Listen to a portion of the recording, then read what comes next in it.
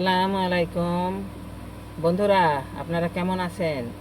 আশা করছি ভালোই আছেন। আমরাও ভালো আছি আল্লাহর রহমতে। তো আজ আমি বোয়াল মাছ আলু দিয়ে ঝোল করব।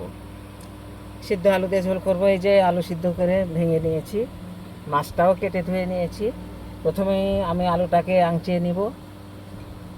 চলুন এখন আমি শুরু করি রান্নার মূল পর্বে চলে এসেছি।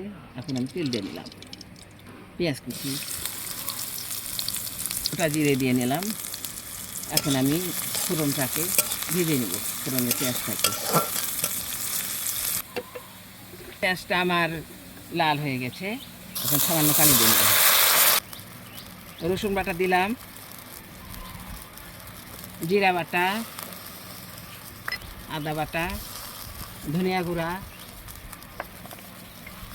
হলুদ গুঁড়া, স্বাদ মতো লবণ, কাঁচামরিচ।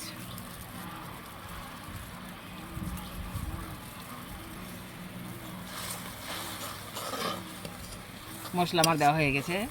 এখন আমি মশলাটাকে সুন্দরভাবে কষিয়ে নেব। এখন আমি টমেটো কুচি দিয়ে দিব এবং টমেটো আমি মশলার মধ্যে কিছুক্ষণ কষিয়ে নেব।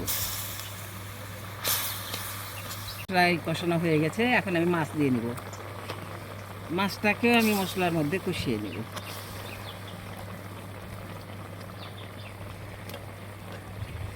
কষানোর শেষ নেই, কত রকমের কষাতে হচ্ছে দেখেন।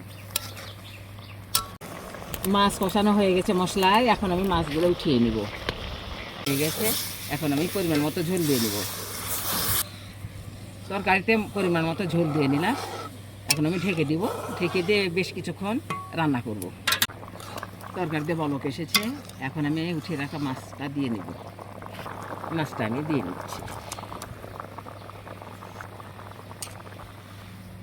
দিলাম। আমাকে আরও কিছুক্ষণ রান্না করতে হবে।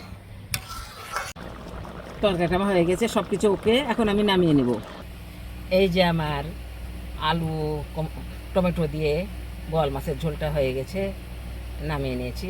ইচ্ছা করলে আপনাদের যদি ভালো লেগে থাকে এভাবে রান্না করে খেয়ে দেখবেন। আশা করছি ভালো লাগবে। আপনারা সবাই ভালো থাকবেন, সুন্দর থাকবেন, স্বাধীন থাকবেন। আল্লাহ হাফিজ।